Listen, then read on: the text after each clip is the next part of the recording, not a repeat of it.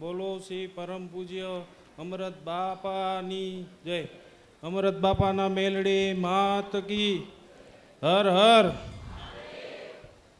મળી હું સુરતથી આવું છું. મારું નામ અરુણ ગજેરા છે. આ છોકરાને 3 વર્ષથી કેન્સર હતું મળી. આજે તમારી દયાથી હાવ રેડી થઈ ગયું છે. હવે કેન્સર ન્યુરોબ્લાસ્ટોમાં. સારું, હું તને પ્રશ્ન કરું, હા વાહ.